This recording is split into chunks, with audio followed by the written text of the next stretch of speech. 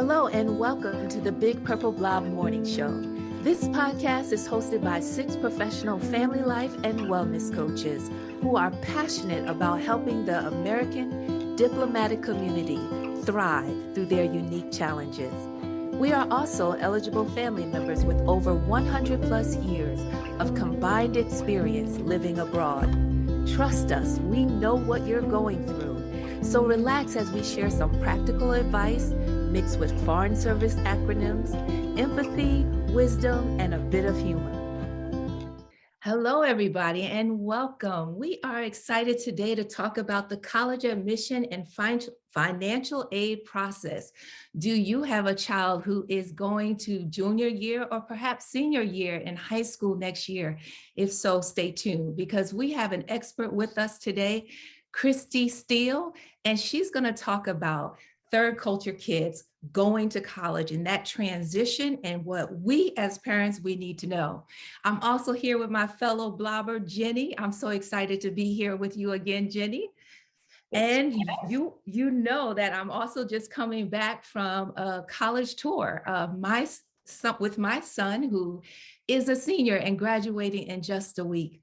And oh, what an experience it was to run around the country and see his final choices in a week before he made the decision on May 1st. And so I'm now a proud mom of a son who's entering Baylor University and doing their aviation program. I don't know what to do with myself. This is my baby boy.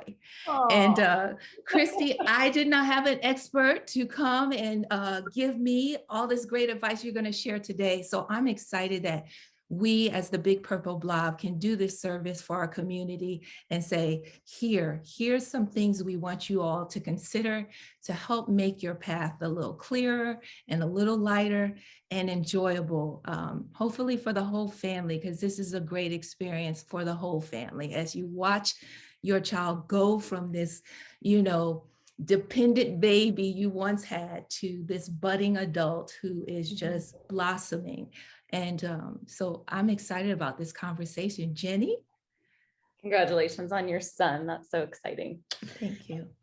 Okay, well, let me introduce Christy. Christy is actually a TCK herself, and she grew up overseas, and she has taken her experience and turned it into this beautiful profession to kind of give back to this amazing community. She's an international education consultant, and she owns her own company called KC360.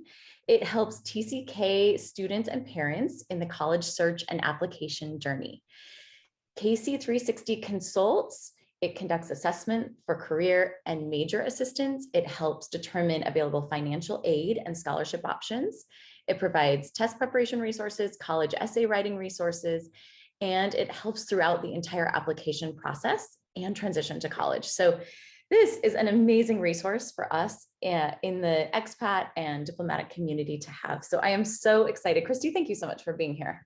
Oh, I'm thrilled. I have recruited for a university and sort of left because I felt like our people needed help and we just needed better resources. And so everything that I work on is in expectation that it'll help fill a hole and help answer some of those questions that you're just, are really hard to find, or maybe you're not sure to even ask yet. So I'm excited. Well, should we jump right in? Yeah, I have a quick question for you, Christy. You said our people. Are you an EFM? How are you a part of this expat community? My parents were missionaries and they were teachers in schools all over Latin America and Nicaragua and Panama, and my dad did a good amount of teaching in Colombia. So just the expat community of being raised overseas, coming back like you did. I finished high school in the States so that my English would be strong enough, having all the rules that all of our families have of, English inside, Spanish outside, please start one sentence in one language and finish it in the same language, all of the things. Can I please take this basket of groceries with me here? So you totally relate. You understand our challenges. Yes. Well, we have a lot of similarities. College is one of them. So let me jump into that and see if I can get it to work. It's always, I think now, even though we're 2 years into this virtual thing, it's always something that we want to make sure that actually works in our life. It'd be good if I started at the beginning. There we go. I was telling Jenny and your entire crew that we're just doing something very general today. So we're kind of doing like a 30,000 foot view. There's a lot of detail, as everyone can attest to from what you've heard and just from what you've read. So know that this is very general, and there's a lot more information on my website, and I release monthly content during the school year that follows the admission timeline to help with this specifically. So if you want to know more, it's all available free. The services that I provide are paid, but just in terms of the information that we're covering today, that's free. All right. So one of the things that families always ask me about is the college app process itself. And so this is really beneficial for you to know that there's a couple ways to do that. All universities will have like an application for themselves that you can go to their website, like baylor.edu, and you can fill out their university application. Another great resource is called the Common Application. It is hosted by the College Board, who manages the SAT, and a lot of universities use it. And what it allows you to do is basically fill out the information one time, and then you select the universities that you want to receive your application. Every now and then they'll have some supplemental items, like they want an essay or different things, but for the most part, it's a very efficient, effective way to utilize it. And if you've received some sort of app waiver, so like you don't have to pay for the application fee code, if you've gotten an app waiver code from a university, then that can be implemented into the Common App system so that you don't have to pay for the application. So lots of really great resources for that. And then it helps, especially for like a letter of recommendation or transcript from an academic person, then they're loading that information one time instead of having to send it to multiple universities. So it's not just a courtesy for your student, but maybe also for partners that help in the process.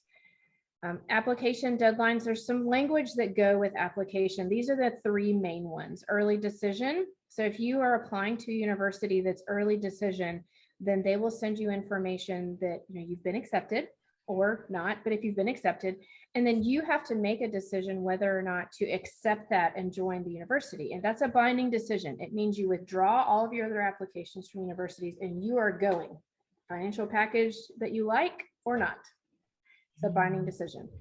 Early action is non-binding, which means you can apply to as many and keep your applications open until May 1. May 1 is National Decision Day, which we just talked about. And that has a lot more flexibility as well as rolling admission. So early action, typically those notifications will come usually in the spring, sometimes February, March. The benefit of the last two are that you have the opportunity to typically have a lot more financial aid information, more comprehensive than in an early decision school. So that's a question. Mm-hmm. What would be the advantage of an early action over early, or what would be the advantage of early decision over early action? Early decision is if you know absolutely that's the college you want to go to, you are comfortable with the financial aid packet that they have given you, and you are just sold, and that you're not going to change your mind. Like, it's financially feasible for your family. They have the major, the programs, the support you want, and so you are in. And then you're done, right? Like, there's not this, swirling mystery of, can I have more money and can I get more money? And, there's no negotiation. Like, it is what it is. But Christy, at this time, do they actually know how much money the university will give them? Not always. If the early decision information is given in December, and some schools do that, then it would likely include your FAFSA, because that opens in October. But there are schools that don't necessarily have your full financial aid packet, and so you are taking a risk, because then you just have to sort of accept what's given to you. Wow. Okay.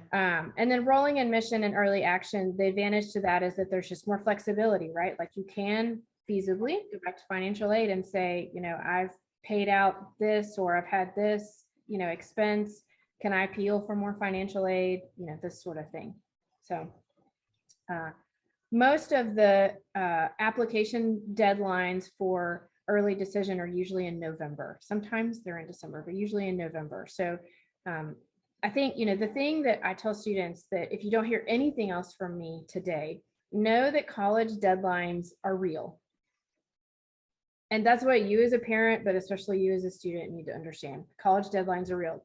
There's not my dog ate my paper and I'll give you an extra chance. Like, you're talking about an institution that is in a huge titanic financial mechanism that requires trustees and boards to grant scholarships and to disperse money and endowments. And so it's a big process that includes a lot of people. And so it's not something that, you can just say, oops, I forgot. So those deadlines really do matter.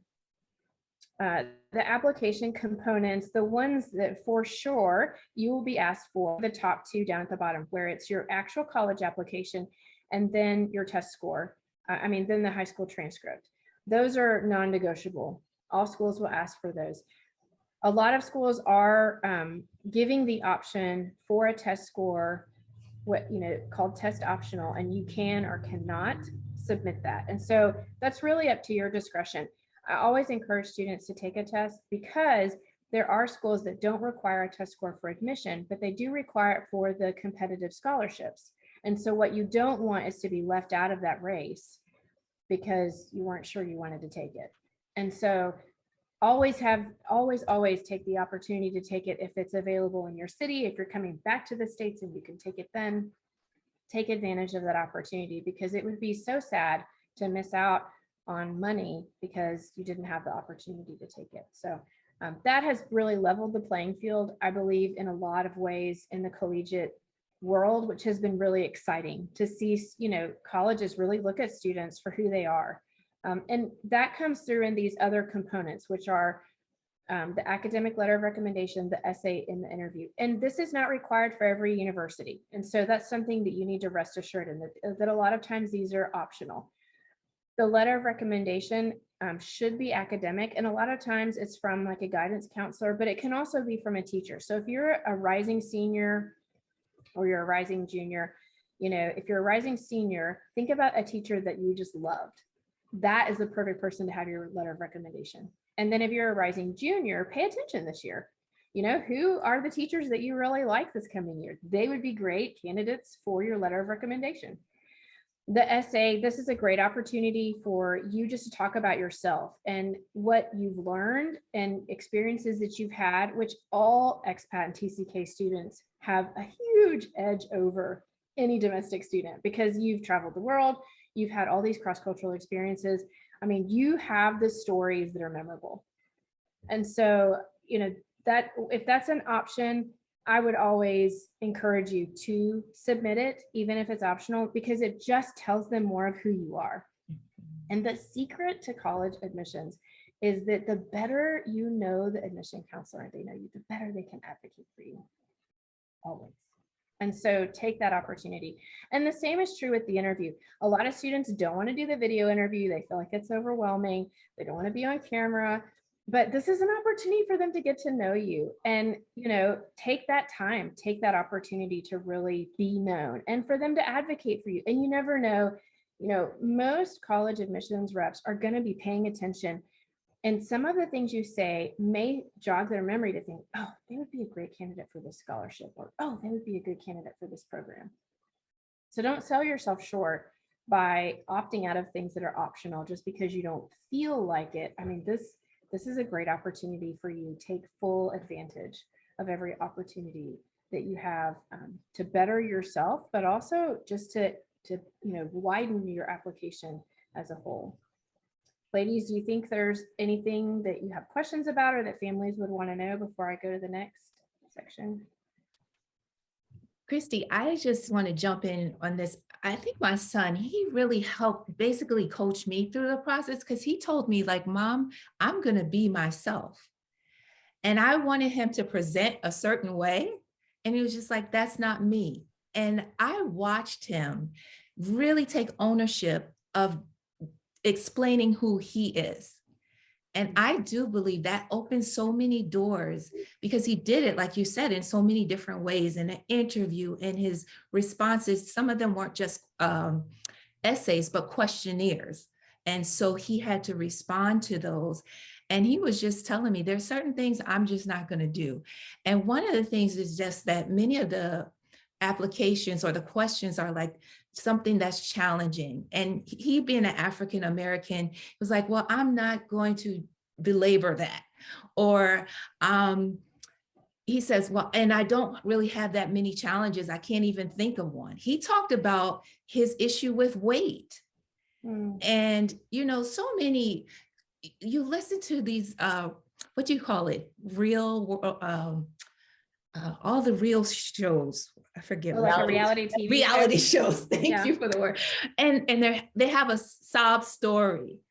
And he was just like, I'm not going there.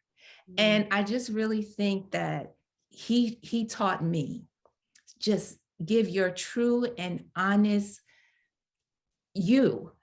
Let that shine through, and the doors will open for you. You are absolutely on point, Troya. I mean, there is no replacement for authenticity. Everyone can see through it. And we'll talk about this a little bit later, but one of the things that I absolutely love about the college essay course that I use with Ethan Sawyer, who's a TCK, the college essay guy, is he talks about authenticity. And he talks about, you know, it's not enough to tell your challenges or what you've been through or what you've overcome, but talk about how you felt about it and then how it changed you. And those are the things that make those essays and those interviews memorable. I mean, I can tell you 5 stories off the top of my head of essays that I still remember of students when I used to read applications. And those are the ones that, you know, most TCKs have inside of them. And so it's just pulling those out and going, yeah, I'm not just going to say like, I was a leader and I have great grades and I loved my community. And I mean, that pretty much goes for most students. But things like what you're talking about that are so personal and intimate and so authentic make a huge difference. Unequivocally. Let's go to the next piece, which is what everyone wants to know about, and that's financial aid. Christy, can I just ask one quick question? I think some new parents might wonder what the timeline is for starting the application process. I know you said May 1st is like decision deadline, but when do you typically find most people start the application process? Most applications, that's a great question. Most applications will start open on August 1st. And I really recommend that students apply they have all their applications completed by Thanksgiving. And the reason for that is because a lot of scholarship deadlines that you can apply for are like December 1st, December 15th, and you can apply for those scholarships simultaneously that you're applying for the university, but a lot of times they will not consider your scholarship application if your college application is not complete. And so while, you know, those two things have to run in tandem, a lot of times students are like, well, it'll be okay if I wait until February, you know, but you can actually give away a lot of money, unfortunately, in that regard. So if you have sort of a mental deadline of like Thanksgiving time-ish, Halloween-ish, I'm going to, you know, submit my applications and get all of those components completed. If there's a letter of recommendation, an essay, that kind of thing. And what, you know, a lot of students do is they have like a base essay, and if it needs to be tweaked because, like you pointed out, there's other questions, then they can sort of fill those in according to what that university's prompts are.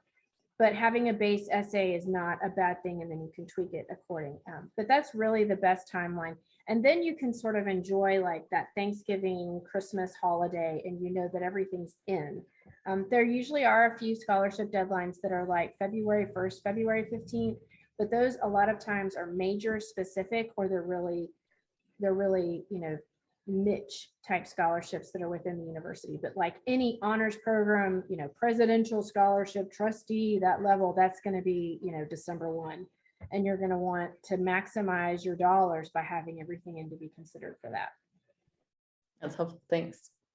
And in that vein, financial aid, everyone always wants to know how this process works. And so again, very general, but this sort of like a 3-tiered process. If you look at like 3 circles and then they cross over concentrically in a way, there's institutional aid. and that's aid from the institution itself. And so this many times colleges will award just simply for filling out the application. So you fill out a college application, and there's typically two genres that fit into this. One is academic, and you get like, you know, the McGehee Academic Scholarship that you're awarded. And then there's also like a social leadership community-based scholarship, like the McAfee, you know, Growth Leadership Scholarship. And the reason that a lot of institutions do this is because they recognize that there's two things. One, students may not be great test takers, but they're outstanding citizens.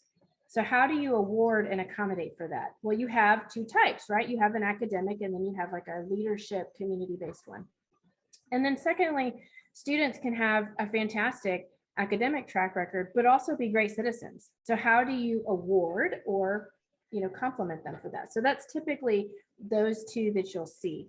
And so that institutional aid is usually granted or given in part of your financial aid packet as institutional aid. That's all money that comes from the institution itself. Endowments, grants, money that they have budgeted.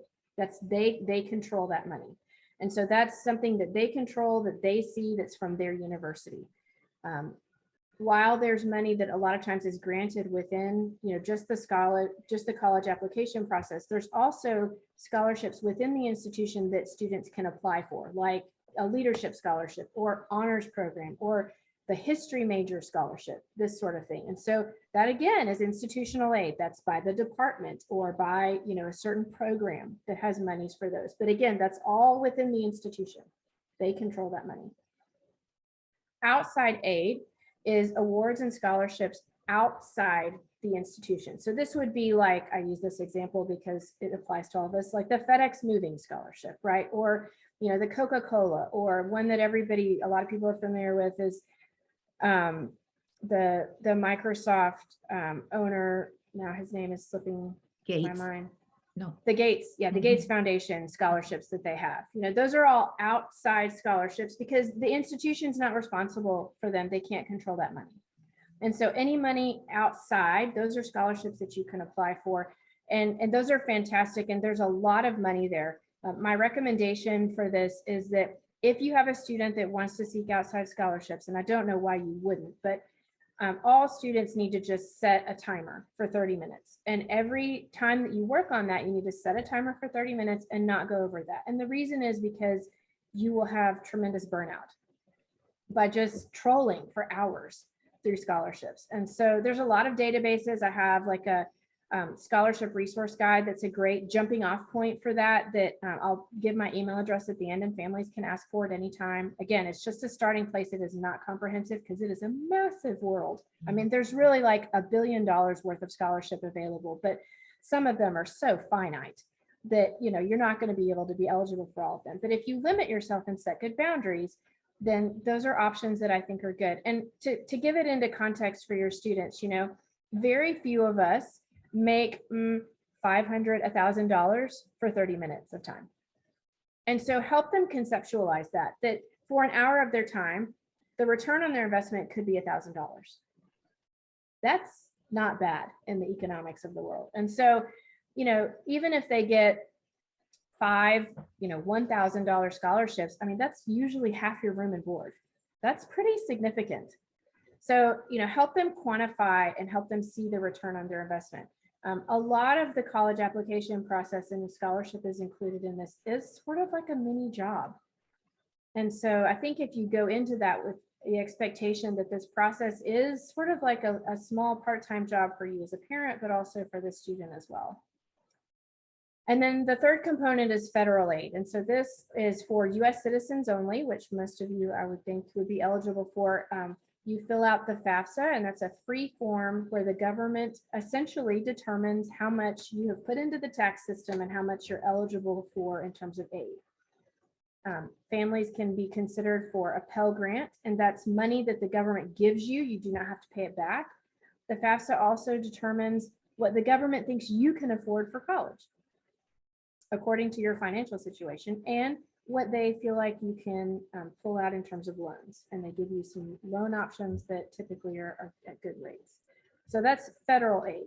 The only place that these three things mix are in the financial aid, what they call the financial aid packet. And it's so funny that it's called that because it's usually like one page, maybe two, that many times is emailed to you, and it would be emailed to you because they're not going to probably send it to your post office box. But when an institution releases your financial aid packet, then it lists the institutional awards that they have awarded your student, as well as your any FAFSA monies that you have applied for and they have assessed. So the FAFSA opens October 1st and uses the previous year's tax information. So you just would have to find your tax information, implement all that in, and then similar to the SAT and the Common App, you choose which universities to send that to and you select. It's a free form. It just helps universities have an idea of what they would call your need. If you're a high need family, if you have, a good savings base, that kind of thing. So there are a handful of schools that will require something additional called the CSS profile. And that is an extra step that just helps them understand your financial aid picture. But the only time that the three of these merge together is the first and the last, and that's in your financial aid packet. And I always encourage families to go ahead and fill out their FAFSA because it really does help you and the university see, what your full picture can be. Christy, is there like an income level at which people should not consider filling out the financial aid, the FAFSA?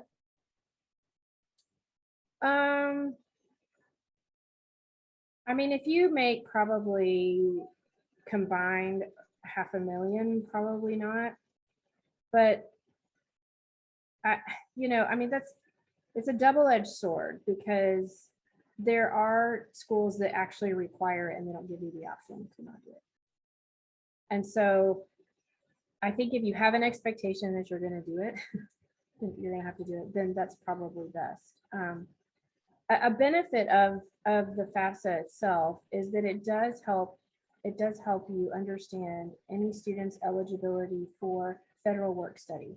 And the benefit to that is that, if you are eligible to have federal work study, then a student basically has the best of both worlds, because then the university has this amount of jobs for federal work study, and they have this amount of jobs that are like departmental work study. So the difference is this is funded by the government, this is funded by the university's department. So like I worked in the library when I was in college, and that was a departmental work study job. The library had a budget for student workers and they paid out of that. When you qualify for federal work study, it means that you can choose either. And the university will help you see what jobs are available for both. But if you don't qualify for federal work study, then this is your only option. And I would really encourage parents not to use that as a method to pay for their tuition, because if you have students that are able to work on campus, then it really does give them some pocket money. Not a lot, but some. And, it's just easier to work on campus than it is to get in the car and drive somewhere and have to go somewhere and report. Christy, I just want to draw attention to something you shared that was a nugget of gold. And that is being that there's scholarships for kids who are academic, and then there's scholarships for kids who really shine through leadership. And I think that is such a worthwhile, just making sure parents understand that.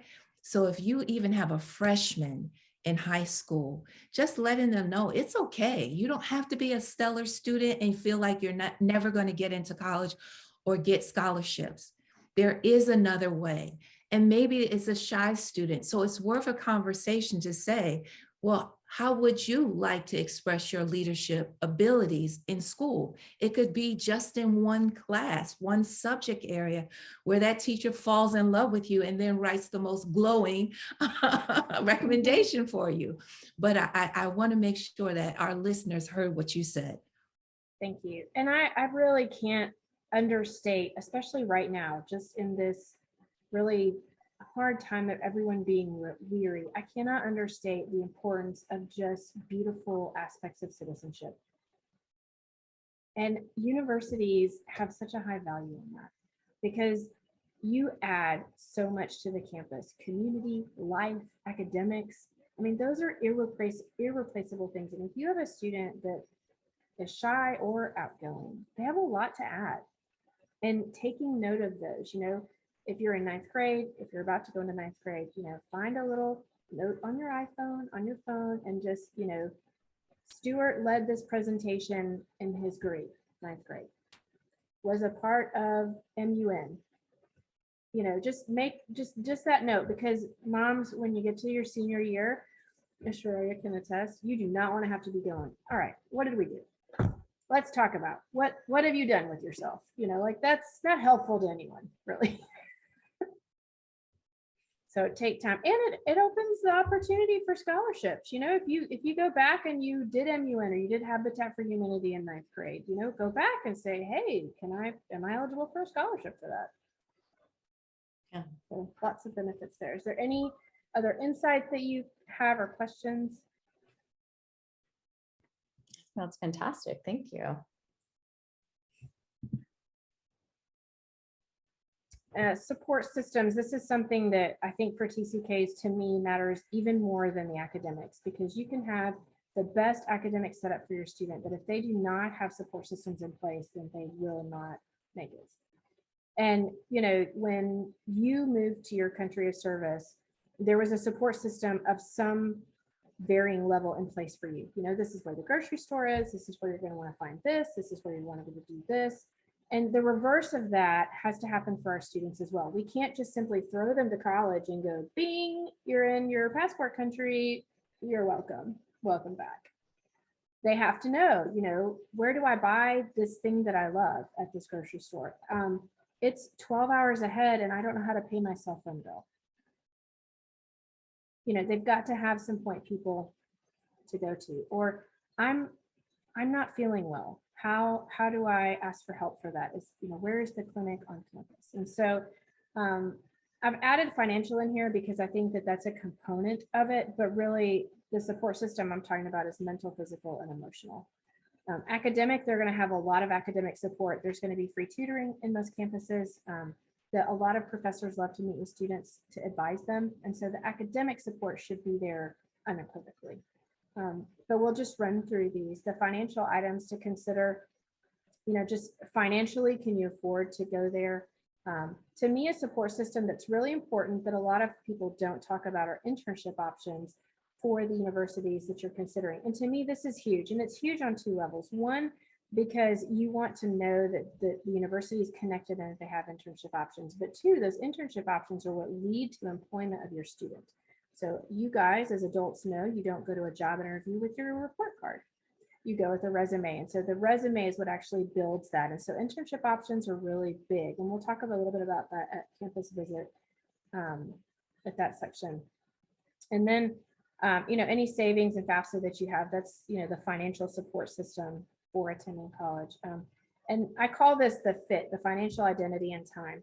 And the identity, does the university have areas of interest, in a few majors, not just one, but a few that your student might be interested in. And I say a few because they may know for sure what they want to major in, but is there a minor that they might be interested in sophomore year?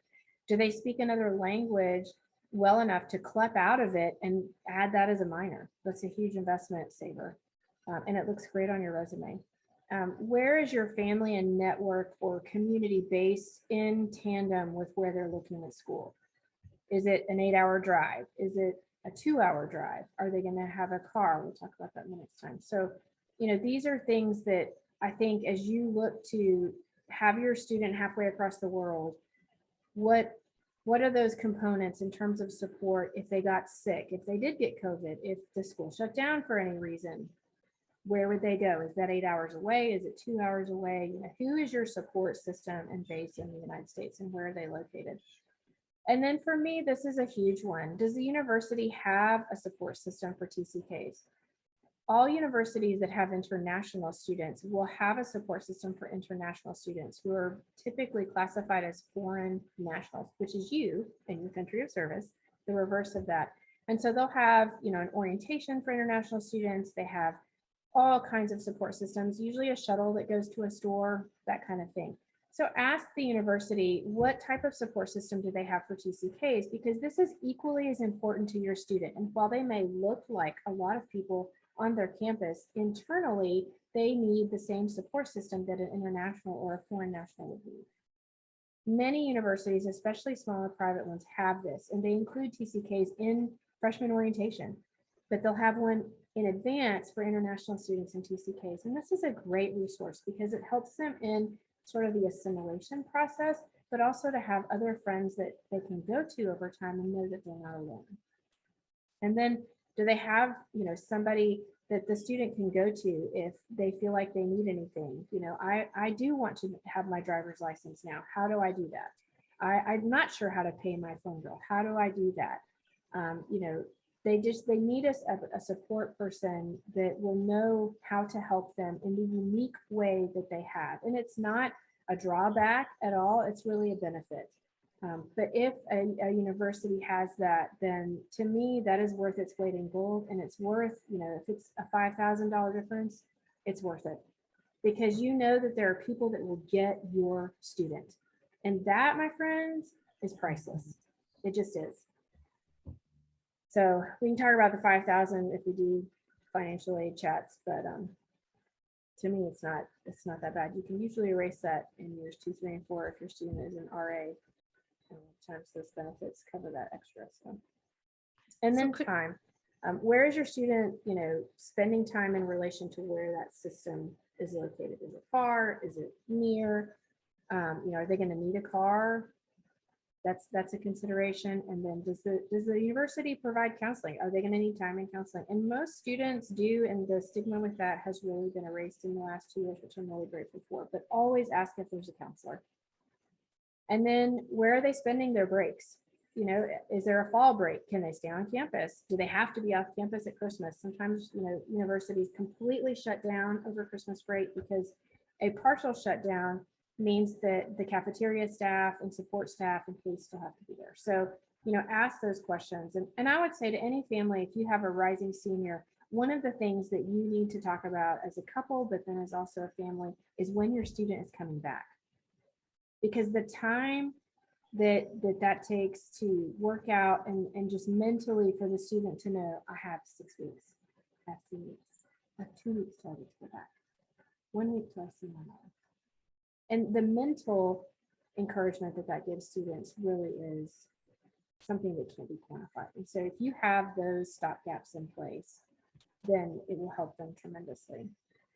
So those support systems to me matter as much as academic support because you want your student to be set up for success. And just like when you moved overseas, there were things in place to set you up for success, how to have a bank account, how to have a phone, all those things, your student needs and really has to have the same amount of support. Are there things that come to mind or questions regarding this? I'm wondering about the support for TCKs. I had no idea that it existed. And I often feel like, sometimes I just want to check the box that my child is an international student so they won't get lost. So tell me, is this normal? Like, are a few colleges doing this, or what can I do if I'm a parent and I realize they don't have it? Yeah, so I would say the majority of faith-based institutions or private institutions will. Okay. If you're at a state institution, then contact the international office and ask them what capacity they have. And a lot of times, just asking the question, depending on how many staff they have and how overworked they are, they will make some allotments, but there are cases where those international offices just cannot. But that helps set your expectations. And you can ask the question, okay, this is good to know. If you are not able to be a point person for them, who do you recommend is? So, and any TCK can join an international club. There's international clubs at every university, and any TCK can join that. They welcome people to be a part of that group because they want people to know and understand that community. So you can still be a part of that tribe without having a foreign national passport, but that's not the support system that I'm really referring to. The support system I'm talking about is adults in place to help our kids. And a lot of students, really need that, whether they recognize it or not. And my experience with universities that have this type of TCK support system is that it even drills down as far as like a student ambassador that sort of just checks on your student, once a week, once a month, which to me is so important, because you really have to have somebody not babysitting, not monitoring, but just checking in on your student. And Jenny on her, can I give a plug for that? On her podcast, we have recorded indicators for your student launching to college and some things that are good to look out for, and discuss some of this on that, which will release this fall as well. Christy did an amazing job kind of listing out a couple of areas that you can use as kind of a check mark for yourself to know, like, okay, my child's ready to launch. I was going to say, I think these are so useful. I think in working with clients, so often there's so much focus on the application and the financial aid that some of this other stuff often isn't, we just forget about it, right? Because maybe we grew up in our home country and went to college in our home country, and our kids get there and they don't know how to pay their phone bill. They don't know, they don't drive, a lot of them. Like, my daughter will get her driver's license because we'll be in Indonesia. Like, there's just these basic things that we forget about. One mom I know launched her daughter during COVID and wasn't able to go with her daughter because of some quarantine requirements in China.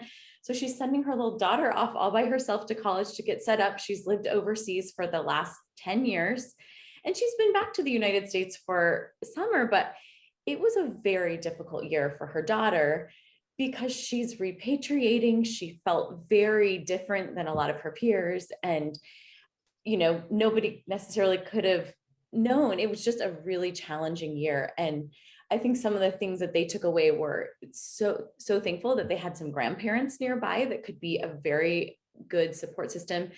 That international community, surprisingly, was just such a nice connection. I think faith for her, like having a religious support system, was very important. And I think it's not something we have to dread, but it is something we should anticipate and prepare for, because it is a very real reality.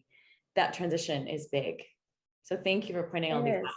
And there's a lot of transition resources available. And I know the ones I'm aware of are faith-based, but I think Jenny has some that are not. But there's a lot of transition retreats over the summer. So if you have like a senior, they've graduated and then they're about to go to school, that there's, just retreats for them to go and spend some time with other TCKs for a week, which is, so amazing, because they're with people that totally get them. And, our families, expat families, there's so much that we feel like people don't understand about our lifestyle or the struggles and challenges that we have. And when your kids are with people that have experienced by and large similar things, there's so much less explaining that they have to do. And that's really valuable for our students. And so I always list just a series of like transition type things. I know there's a group, Interaction International, that they have a retreat over the summer, but they also offer like a semester online group for once a week. The students can get in and just sort of talk and then come out, and you don't have to go every week, but it's just a great time to be like, hey, I need to be seen, I miss this, or I haven't been able to talk to my mom for a week because the internet is out. Just real things that our kids have to deal with. And so those are really valuable. And I'll use this juncture too to insert that if you have universities that you're looking at and they don't have these type of support systems, and you don't feel like your student is ready, a gap year is a great thing to consider. And let me qualify what a gap year is. A gap year is not a take a break year or play video games year. A gap year is a year that has purpose to it, and you are either working or you are having some sort of programmatic structure with it. And there's a lot of great programs that include just basic life skills, executive skills in them, and some include college credit. And then there's some that, travel. There's a wide variety in there. I would say, if you have a student that you just are not sure will transition to adulthood without some sort of bridge, then this is a great opportunity for them to take a structured programmatic gap year. And if college credit is a concern to you, then look at the ones that have college credit. Many of them will accept your FAFSA and use whatever you're eligible for towards those college credits. But in some cases, it's cheaper because you're not paying full freight for board. You're not rooming and boarding there, and you're not, and the gap year program sometimes can get those classes at a reduced rate. So don't think that you're going to be shelling out as much or more in a gap year program, but they won't lose academic momentum if the gap year program has college credit. But the benefit to that is that they have, seasoned adults that are really passionate about students walking and journeying side by side to help them bridge that gap from, 18 to adulthood that, sometimes, we don't know anything as parents. Our kids just don't listen to us. And so, they will listen to other people. So if you look at this list and you think like, the universities we're considering just don't have this, then consider a gap year. My student isn't ready to just fly on his own. He needs a closer nest to take a break at and get refueled at. And that's fine. There need not be apology about that. I assure you, a university wants nothing more than a student to succeed where they are. And if that means a gap year, take it. And they're not going to think less of you. They're not going to, be disappointed. I would advise that if you're considering that, go ahead and apply if you're a senior, and do this for two reasons. One, because your materials, your letter of recommendation, your transcript, your test score will all be in the system, and you will likely have a better idea of what your financial aid packet will be. But two, because at the end of the school year, closer to May, you can do what's called defer your application. And that means that all that information is sort of held, so that in a year after the gap year has been taken, then the university, you basically say, I'd like to reopen my application. And in many cases, not necessarily in all, but in many cases, you don't have to resubmit all of that again. You might need to resubmit your essay because a year has gone by and your student has grown. But all the things that were so hard to gather from other people will be a lot less harder to get because they will just hold on to those things. And so there's no shame or disappointment in deferring for a year, but you do need to advise the university that you want to do that if they're going to hold your application components for a year. But there, a lot of students are doing that, and I encourage a lot of TCKs to do that because it is a hard transition. And if they're able to do it in a context with other TCKs or to travel, especially, there's great benefit in that. Christy, where would you suggest a parent start if they are, for the first time, they're hearing this, they're hearing you encourage them to consider a gap year for their kid? Where should they start to find out the different models for gap year or good programs? I will list, I always update that list in the fall, but in the fall and in the spring, I host a virtual college fair and it's free. And universities record presentations on scholarships for TCKs, their programs, and then we also include gap years. Great. And so there'll be like, I think there were 4 or 5 gap year programs in this year's college fair. And some people came on just to watch those. And all their contact information is listed. And then at the end, it's a 2-week like Netflix viewing period, right? Like it's online and students have 2 weeks to watch as many or as few as they want. If you want to get on and watch only the gap years, great. But they're all universities that have a posture towards TCKs. And those are the ones that I work with the most because I feel like it's not a setup for success if you're going to be in a hall of 500 students with a TA that isn't ever going to know your name and can't advise you properly. I personally, as a parent, have issues with that. A lot of kids do really well domestically, but our students need a little bit more help and advice, I think. But I usually post that list in the fall for families to consider, and then they can basically hear from those contacts themselves at the virtual college fair. And additionally, and I can go back and find this, but there's usually like a gap year roundup. I don't know what else to call it, of just a bunch of different programs. And so, but I usually try to list all of those on the website so families can just go and consider because the price range is super varying and their options are super varying. Christy, thanks so much for bringing up the idea of gap year, because I think it wasn't something that was quite as popular when many of us were graduating and going to college. But I've read so many amazing benefits, especially for transition and helping kids get ready. I know one concern a lot of parents have about gap year is that their child will lose momentum. And maybe some children who maybe aren't quite as motivated, who maybe all their peers, it's normative right now to go to college, but then after a year, it's easy to just kind of not go. Have you found that a gap year ever slows momentum, or how have you found that dynamic to be? Most of the students that I know have done gap years with college credit, and that college credit can vary. It can be 15 hours, it can be 25 hours. And many times they can choose how many hours, but those for sure, I don't think I've encountered one that's lost momentum. Okay. If they're truly in a gap year program, there's two that I know of this past year that did one that was not college credit based. And the structure that they chose with that particular gap year program was such that they did not lose momentum mentally, physically, and emotionally. Now, academically, there was a break, right? Because college credit was not a component of that. But, to me, a gap year should always be focused with some sort of purpose for growth. Always. A gap year is not a break.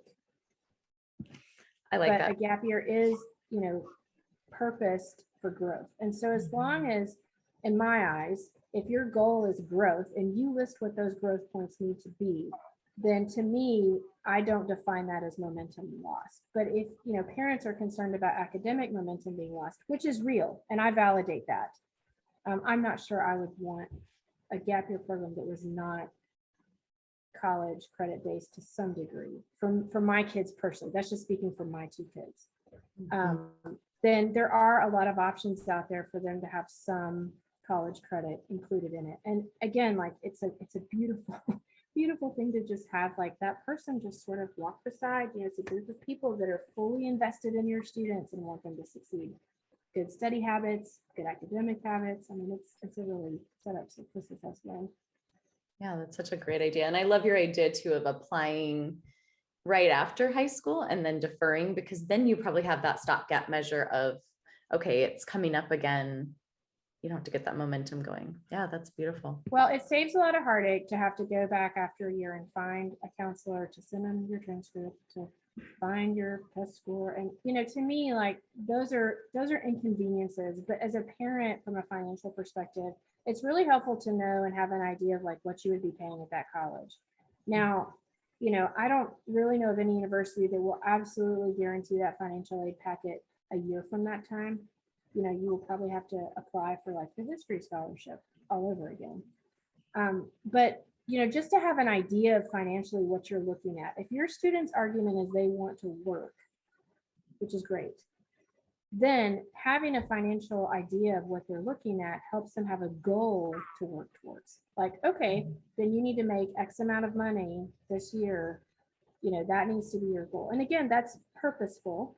That's a point of growth. And so, I don't see that whole process as wasted at all if a student decides to defer. And honestly, a university doesn't either. And if they do, then their admission representative needs to grow up. But I haven't come across a representative that feels that way. I mean, no representative truly will want your student to come if they're not ready or don't want to. I mean, nobody wants that. And so consider that you're not offending or hurting or letting anyone down, Yeah, that's excellent. Christy, before we kind of finish up here, is there anything else you wanted to share? There is one more thing related to campus visits. And just because a lot of families I know have the opportunity to go home during the summer. And so if I would say even like a 10th grader, if you have a rising 10th grader and you are headed back to the States, do this for yourself. Don't drive through the campus. Because that's not really a campus visit, as I'm sure Shreya can attest to. A campus visit, when I talk about that, is go on the website of the university and set up an official visit. What this allows you to do is take the official campus tour. It allows you to see the cafeteria, the dorms, the campus, all of these things. It allows you to visit with an admission officer. A lot of times there are options to like visit a class, meet with a professor in the major that you want to meet with. And I wholeheartedly encourage students to do this. And if for some reason you're not able to do this, a lot of schools now have virtual visits. And they for sure have opportunities for you to Zoom with professors. And so if your student has an idea of like 3 majors that they might consider, then they have the full right and expectation to email the admission officer, the representative, and say, I would like to meet from, professors from these 3 departments. And they'll set up those meetings for you. And this is really, really important. 1, because these are the people that will be investing in your students. And 2, it helps them in the decision process. And then there's 2 questions that I think students always need to ask when they're meeting with professors. 1 is, where are your students interning? Because it will give you a great idea of like the possibilities. And students usually get really excited or they don't. And then that answers your question. And then the second one is, where are they being hired? And all of these things tell you the connections and network that that department has and the potential for your student. And so, to me, if you do a campus visit and you guys or your student walks off the campus and you're like, Mom, that was a complete waste, I hate that. That is great. Knock them off the list. Nothing like that is wasted. 95% of our experiences in life, I think, are understanding what we don't want so we can narrow down what we do want. And the campus visit is 100% worth it. It's free. A lot of times you get a free meal, you get to eat in the cafeteria. But if you're not sure about that cafeteria, now's the time to decide before you dump in $10,000 a year or less. So, take advantage of that opportunity, do the official visit, help them know. And if you get to meet with the admission representative, that helps them know you to advocate for you better, just like your family members do. So that's mostly it.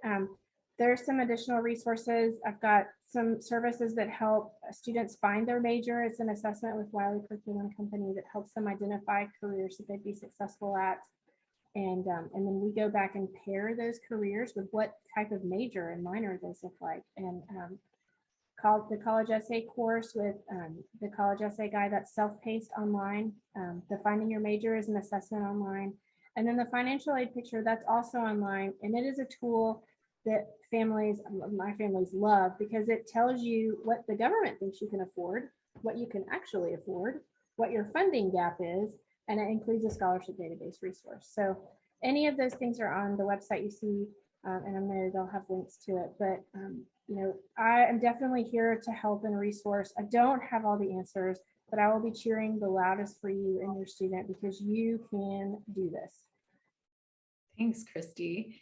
And for those of you on the podcast, her website is www.kc360.co. And we'll also link to that in the show notes in case you want to go and take advantage of some of these fantastic resources. Christy, thank you so much for being here and for sharing your expertise. Is there anything either of you wanted to say before we finish up? I just want to say, parents, you can do this. And I hope that you all attend Christy's, you said college open house. What was that? The virtual college fair. The virtual college fair, and it'll happen when? It'll probably happen in September, and anyone that is a member of the monthly navigator, it's a free membership, and that's where the content is released monthly. If you're a member, you'll automatically get information about it, but then there's always information on the website. But it's completely free and it is created for you. Fantastic. Yeah, I can tell it's just going to be priceless and help parents to support your kid. And I like to call them budding adults. They're not just kids at this point. You really want to take this opportunity to thrust them forward and taking full ownership of their future. And I'll just end by saying this. And when we were in Texas, here's another reason to go to the open house. We lucked up and saw Chip and Joanna. So you never know who you might see on your open house tour. So go. So that was a delight to see them. But also it was, just spectacular for me to sit back and watch my son. From the time we left the airport, we were in an Uber going to the hotel. He asked every Uber driver, so how long have you lived in Waco? What do you think about the town? What have you heard about the school? And I was blown away. And he actually said to me, Mom, why aren't you saying anything in the Ubers? I was like, why would I? you are nailing these questions. And I'm just sitting back enjoying you be an adult. Mhm. And so it's just so cool. I think it's a great journey to take, and getting your mindset, which we'll talk another time about, getting your mindset in that place where you say, I want to let my child know I believe in them. I have full confidence that they can go through this process. I'll walk with you, but I won't take it over. That's so beautiful. I love how you encourage your kids, Shroya. Such a good example. Well, thank you both. And we will link those resources in the show notes. Awesome. Thank you so much. Thanks for listening. If you would like to reach out to us individually, you can reach Angie Solly at teenlines.com, Katie Fowl at learningtoflourish.org, Jenny Linton at theexpatmom.com, Angie Collins at parentcoachangie.com, Susie Church Brown at healthyexpatparent.com, and Shroya Ham at embracebehaviorchange.com. Remember, we are here for you because we care about you. So feel free to reach out.